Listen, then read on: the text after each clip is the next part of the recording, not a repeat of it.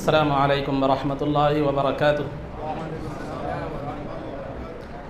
الحمد للہ رب العالمین والصلاة والسلام علی سید الانبیاء والمرسلین وعلی آلہ واصحابہ اجمعین ومن تبعهم بإحسان إلى يوم الدین، اما بعد۔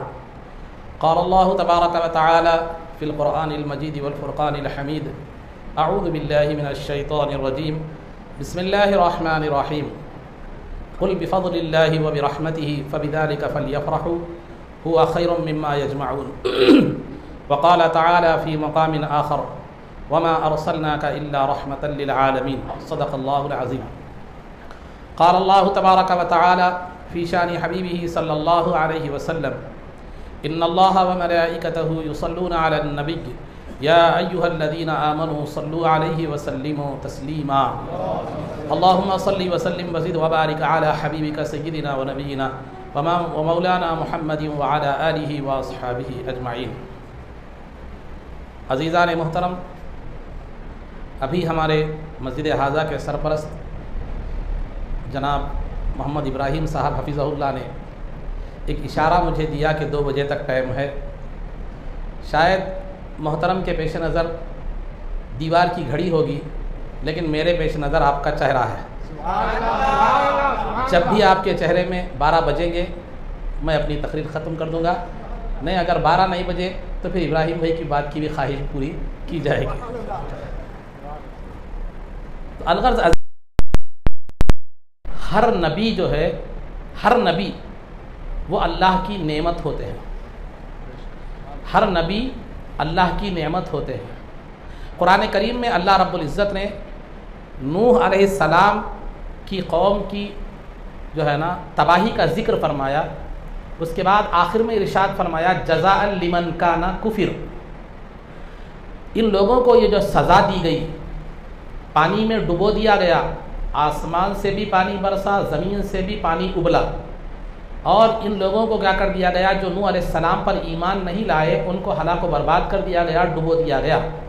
ان کو ڈبو دینا، یہ غرق کرنا اس نعمت کی ناشکری کا بدلہ ہے جو ان کے پاس بھیجی گئی تھی۔ یعنی نوح علیہ السلام کی شکل میں جو نعمت ان کے پاس بھیجی گئی تھی، وہ نعمت کی انہوں نے ناشکری کی، اور ناشکری کی سزا میں انہیں کیا کر دیا گیا، ڈبو دیا گیا۔